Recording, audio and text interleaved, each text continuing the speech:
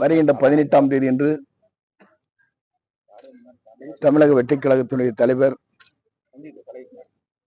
மக்களால் எதிர்காலத்தில் ஆட்சி கட்டிலே அமரக்கூடியவர், அவர் வருகை தருகிற இந்த நிகழ்வு ஒரு வரலாற்று சிறப்புமிக்க நிகழ்வாக அமைந்திருக்கிறது. குறிப்பாக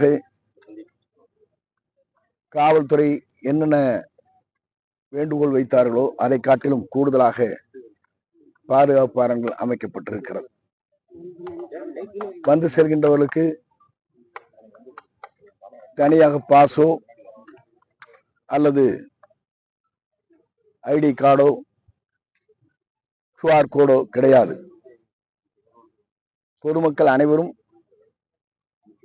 வருகை தந்து அவர் உரையை கேட்டு எதிர்கால தமிழகத்தினுடைய அரணாக இருக்கின்ற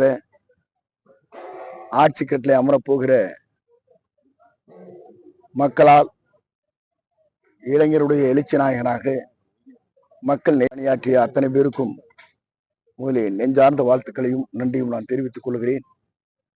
நம்முடைய மாவட்டத்தில் மட்டும்தான் பத்திரிகையாளராக இருந்தாலும் சரி, பொதுமக்களாக இருந்தாலும் அருகாமையில் இருக்கின்ற ஒவ்வொருவரும் தன்னலம் கருதாது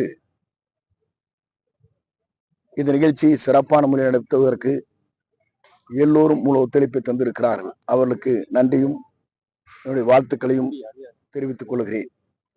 குறிப்பாக இங்கே வருகை தருகிற போது 20 இடங்களிலே சின்டெக்ஸ் நீர் நிரப்பி கொடுக்கப்படும். 1 லட்சம் தண்ணீர் பாட்டில்கள் உள்ளே வழங்கப்படும். அதே போல இங்க இருக்கின்றவர்களுக்கு ரெஸ்ட் ரூம் என்று சொல்லப்படுகிற 10-20 இடங்களிலே அமைத்து தரப்படும். அது மட்டுமல்ல, இங்கே ட்ரோன் மூலமாக 5 ட்ரோன் மூலமாக காவல்துறை ட்ரோன் கண்காணிப்பதற்காக ஏற்பாடு செய்யப்பட்டிருக்கிறது. 40 கேமராக்கள் 60 கேமராக்கள் இங்கே பொருத்தப்பட்டிருக்கிறது. ஒவ்வொருடைய மூமெண்ட்ஸ் எப்படி இருக்கிறது என்பதை இங்கிருந்தே மானிட்டர் செய்வதற்கு ஏற்பாடுகள் செய்யப்பட்டிருக்கிறது. அது மட்டுமல்ல, வருகின்றவர்களுக்கு உடனுக்குடன் நிவாரண பணியை ஆற்றுவதற்கு வாக்கி டாக்கியில் 60 பேருக்கு வழங்கப்பட இருக்கிறது. அதிலே 10 வாக்கி டாக்கியில் நம்முடைய 14 ஆம்புலன்ஸ், 42 மருத்துவர்கள், 72 செயல் அங்கே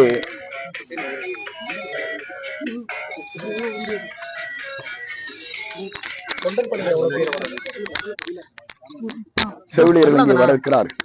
ஆகவே அதற்கான அனைத்து பாதுகாப்பும் சீரோடும் சிறப்போடும் செய்யப்பட்டிருக்கு. இடத்திலே சொல்வது ஒன்றே ஒன்றுதான், இதற்கு பாஸ் கிடையாது, QR கோடு கிடையாது, ஐடென்டி கார்டு தேவையில்லை.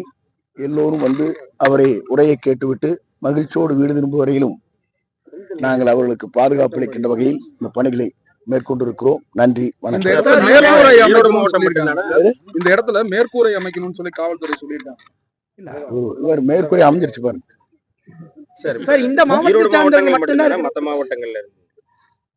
குறிப்பாக ஈரோடு மாவட்டத்தை சார்ந்தவர்கள் தான் இந்த நிகழ்ச்சியிலே கலந்து கொள்கிறார்கள். வெளி மாவட்டத்தில் வர நீங்க எனக்கு தனியா கேட்டானே எப்படி தெரியுங்க? எங்களுடைய நடவடிக்கை இங்கே 25,000 பேர், 10,000 பேர் கழக தொண்டர்கள், 25,000 பொதுமக்களுக்கு தான் ஏற்பாடுகள் செய்து கொண்டிருக்கிறோம். ஆகவே ஈரோடு மாவட்டத்திலே நிகழ்ச்சி முடிந்தவுடன் வெவ்வேறு மாவட்டத்திற்கு தொடர்ந்து பயணங்களை மேற்கொள்ள இருக்கிறார். தருமபுரி, கிருஷ்ணகிரி மாவட்டத்திலிருந்து வந்தாங்க.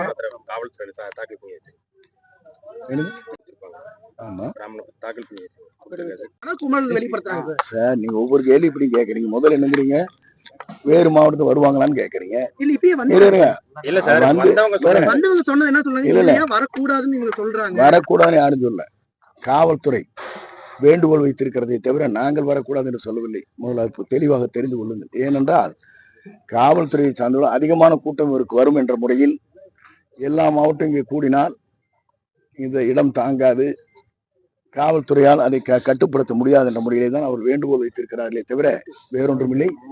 எங்களுக்கு எல்லோரும் வர வேண்டும், எல்லோரும் ஒன்று இணைய வேண்டும் என்பதுதான் எங்களுடைய நோக்கம். தேர் கூடினால்தான் தேர் கூடி இழுக்க முடியுமே தவிர இல்லை என்றால் இருக்க முடியாது.